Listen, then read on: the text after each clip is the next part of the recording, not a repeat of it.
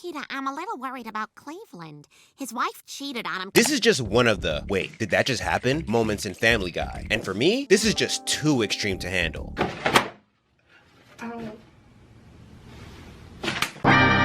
Now, this episode talks about infidelity, but not the way you'd expect. Stick around to see Cleveland, Quagmire, and Loretta's love triangle with a bit of drama and cheating in Family Guy style. Our episode starts off with our favorite family on a yacht, and in weird Family Guy fashion, Brian starts hitting on Meg. Listen, you're 17 now, right? I was just throwing it out there. What the dog doing? Now, this is not related to the subject at all, but it's really foreshadowing about what's to come next. Moments later, Quagmire catches a fish, hurls it in, and it lands between Loretta's breasts. Normally, this wouldn't be such a big deal, but there's two things to keep in mind here. One, Loretta is married to Cleveland, who is also on the boat. Two, this is Quagmire we're talking about. Getting a fish out of her breast shouldn't be such a big deal. Just grab it and give it back, right? Well, Quagmire asks politely if he can have it back, but Loretta's response is a little upsetting. Oh, you gonna have to reach into the cookie jar. Quagmire is a bit taken aback. Well, I can't just, you're my best friend's wife. But after one more second of thinking, he goes for it, and Loretta seems to be more than okay with it. Seconds later, Cleveland shows up, who seems to be okay with it, which is kinda odd, but alright. It's Family Guy, so there aren't any direct real-life examples set to satirizing here.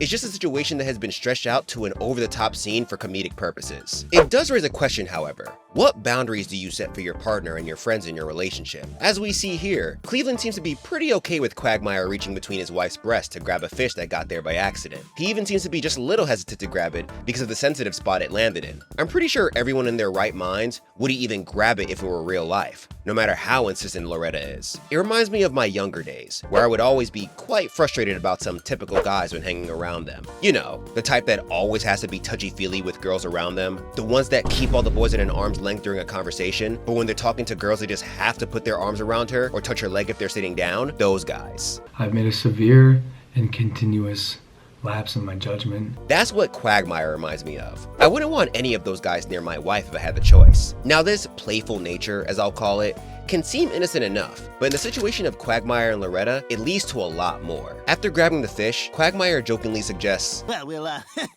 have to do this again sometime. to which Loretta agrees. You name the time and the place, little Nick. If Quagmire didn't cross the boundary with grabbing the fish, it would have been crossed with this suggestion to do it again. But when do we speak of infidelity? Now, infidelity doesn't have a one-size-fits-all definition. What one couple would consider cheating might be a healthy part of another couple's relationship. I mean, it's alright, like... Nani? For example, is an emotional connection with someone without physical intimacy cheating? What about an online relationship? What about interspecies? What?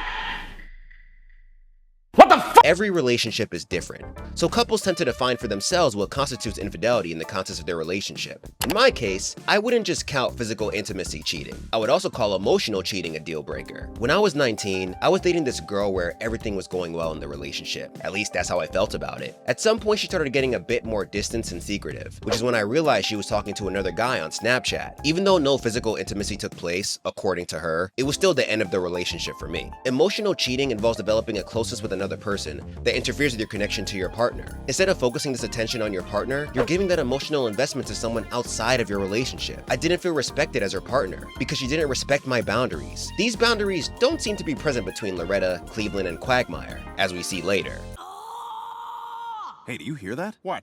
Sounds like someone's screaming. It sounds like Loretta is screaming. Peter and Brian decide to check in on Loretta, but she's not in trouble as they expected though. Loretta was screaming out of pleasure, so the pair decided to leave quite quickly. Boy, that was embarrassing, huh? Walking in on Loretta and Cleveland having sex? Luckily, Brian was quick to notice, That wasn't Cleveland, it was some white guy. which we then see was Quagmire. It being Quagmire wasn't known to Peter and Brian yet, but they did notice Loretta was having an affair, which once again raises the question, is it better to tell your friend in this case that his wife is having an affair, or do you refrain from telling him to avoid hurting his feelings? The internet doesn't agree nor disagree with what the right course of action is in this case. Experts advise that your partner has the right to know if you're cheating. In fact, Philippa Perry, a British psychotherapist, highlights this issue by stating that it's your decision whether you want to tell your spouse or not. You should simply do the right thing, even if it means telling your friend or loved one the truth and seeing them get hurt. Thanks, internet, for making it even more vague. Family Guy portrays how, more often than not, it's not just about the people involved in the affair that will be affected, but also the people around them. It can break friend groups, families, and people apart, with them taking sides, which I'll be touching on later. Peter tells Brian about doing the right thing. Oh, we can't tell anyone about this. That is the last thing in the world we want to do. only to break that promise a couple of moments later. What a day. We've done everything in the world. So I guess the only thing left to do is tell you that Loretta Brown is having an affair. Much to the surprise of the others, as well as Quagmire, who has to act surprised. Oh, God, I'm screwed. So naturally, he'd want to know. Yeah, any idea who it was, Peter? But Quagmire's emotional speech was saved for the next time, as Peter did not confirm any name. No, we didn't see his face. Peter sighed with a relaxed sound as Brian further confirmed that. All we know is it's a skinny white guy with a tattoo on his left butt cheek. Now Peter, being Peter, isn't exactly the most discreet guy in town. He sees Loretta cheating on Cleveland without realizing it's Quagmire, and instead of carefully considering how to handle the situation, he goes around gossiping about it, like it's juicy neighborhood drama. As if it wasn't enough, he jumped into Cleveland to gossip about his wife's affair. What? This is still under debate if Peter did the right thing by telling Cleveland about his wife's affair. But there are two things worth mentioning. One, Peter did not have the proof of cheating. Two, he didn't realize even once that it could be Quagmire, Cleveland's best friend. Despite all, Peter showed his true friendship to Cleveland, ignoring the fact that it could affect their bond. I recall an incident when I found one of my friend's wife was cheating on her spouse, but I could not gather the courage to tell my friend, as I didn't have the proof, and the fear that it could break our friendship was also there. But let's appreciate Cleveland here. The way he handled the situation by keeping a calm tone and not banging the head of Peter in rage is truly admiring. Instead, he first politely addressed his wife and didn't accuse her of what he just heard from Peter. Greta, is it true what they're saying?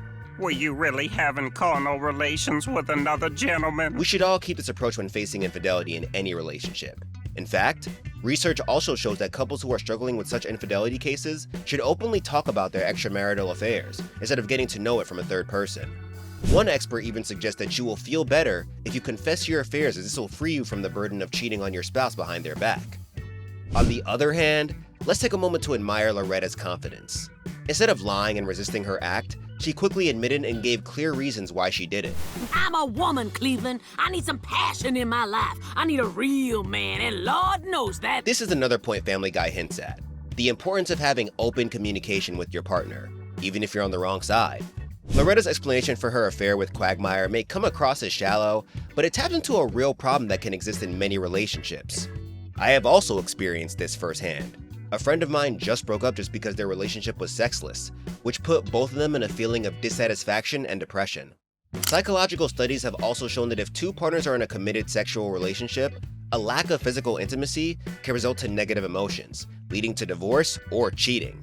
Cleveland also admitted this mistake and apologized. Well, I admit after a long day at work, I don't always come home with that reunity on ice. The apology seemed to be not working here, as it was Loretta who was supposed to ask for an apology. But as you can see, Cleveland, being an emotionally unaffected person, still wanted to get things right. He didn't know that things had moved far apart and Loretta was not ready to take them back to normal. Instead, she kicked Cleveland out of the room due to his calm behavior and called him pathetic. But Cleveland is not as emotionally low as we might think. Let's be real for a second. When Peter and Brian terribly break the news to him at the Drunken Clam, he seems indifferent at first. But his passivity hides something much deeper. He's just like my younger brother who doesn't know how to express his feelings and take revenge on the ones who hurt him. Now Cleveland, kicked out of the house, is living with Peter's family, with no passion to find out who did it all with his wife or whom she's having an affair with.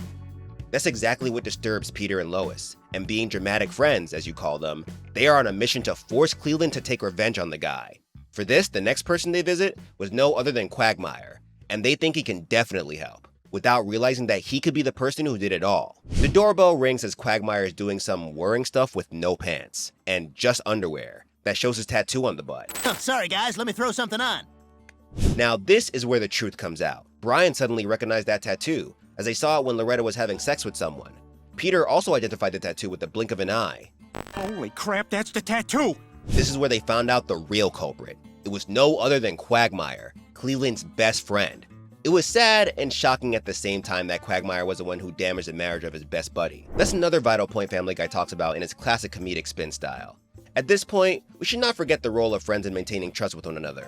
They are the ones who give advice, provide support, and stay true to you through thick and thin. Some people even take this to a harsher tone as they state they will not talk to that friend again if they find out he is the one destroying their marriage. This scene shook my heart, as I recall something that happened in my own life.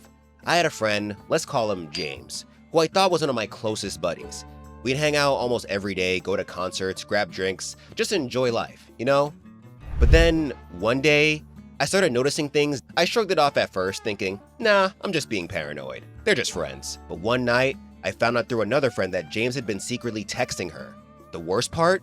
He knew about all the struggles we were going through as a couple. Instead of supporting me, he used it to get closer to her. It wasn't just about the text. It was the betrayal. Someone you trust, someone you confide in. Turning around and doing something like that, it messes with you. Needless to say, that friendship didn't survive. Just like Cleveland and Quagmire's relationship here.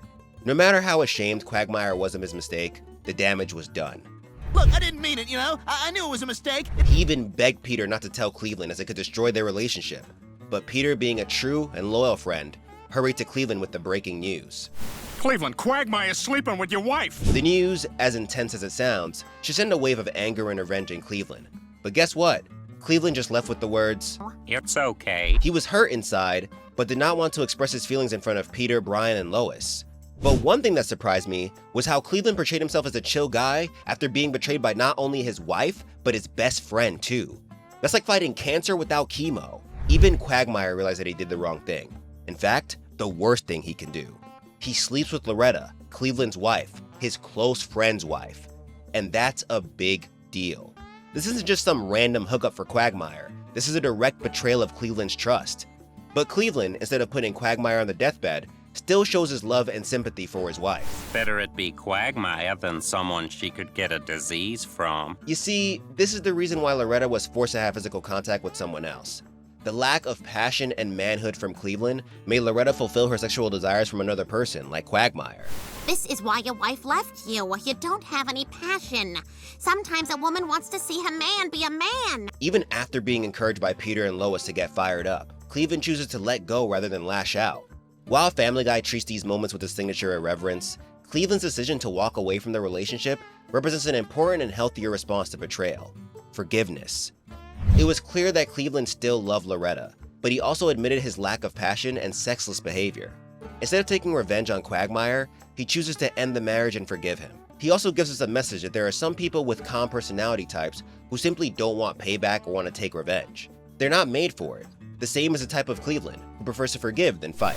It isn't in me to cause harm to anyone, no matter how much someone has harmed me. No matter how kind-hearted Cleveland is, he cannot forgive his wife for breaking the trust in their marriage. Loretta, what you did was unforgivable. This marriage is over. Cleveland's decision to walk away from their relationship represents an important and healthier response to betrayal. Experts also advise that rather than staying in a marriage where trust has been shattered or letting his pain drive him to violence, one should choose to leave and start fresh.